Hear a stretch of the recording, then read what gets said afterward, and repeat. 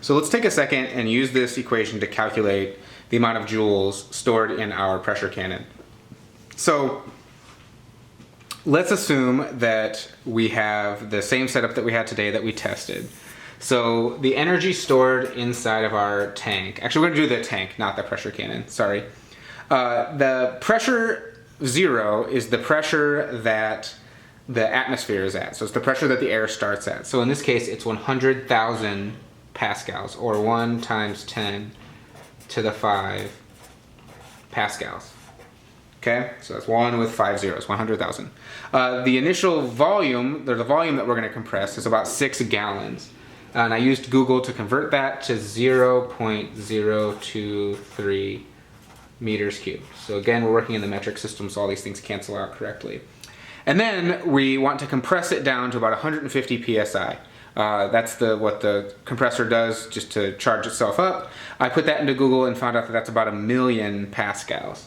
So we're going to multiply by the natural log of 1,000,000, which is 1 times 10 to the 6, divided by 1 times 10 to the 5. And you'll notice that I didn't write units here because this is a fraction and the units are the same, pressure over pressure. So those units canceled out. I'm not going to bother writing them. And in fact, this whole thing cancels out and you end up with 6 minus 5, which is 1. 1 times 10 to the 1 is 10. So this ends up being just the plain old natural log of 10, which is what I would put into my calculator. So when I run through all this math, I end up with an energy of about 5,296 joules. So that's energy, right? We haven't used it yet. We're not talking about power. But that's the total energy. So from however long it takes to compress, this is the ideal energy. Now obviously this will be a little bit higher as far as total energy used because you're going to heat up your motor, there's sound, there's some other things that go into it, but this is the total energy we can get stored in that compressed air. So if we use that energy to calculate how much speed we can give to, let's say, a lime, we can say, well, this total energy is going to get expelled out of the tank and into the lime. So now we need an equation that says, well, how much energy can I put in to get speed? And the equation for that is 1/2 mv squared. So this is the typical equation for kinetic energy. I know how much energy I'm going to try and put into the acceleration of this lime. I don't care about the acceleration, I just care about the final speed. So you might even put like v final here if you feel like it. So we'll say 1/2. A lime weighs, I looked up on the internet, about 0.1 kilograms or about 100 grams.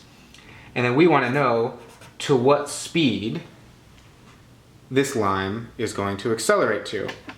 And excuse me, the strap's in the way.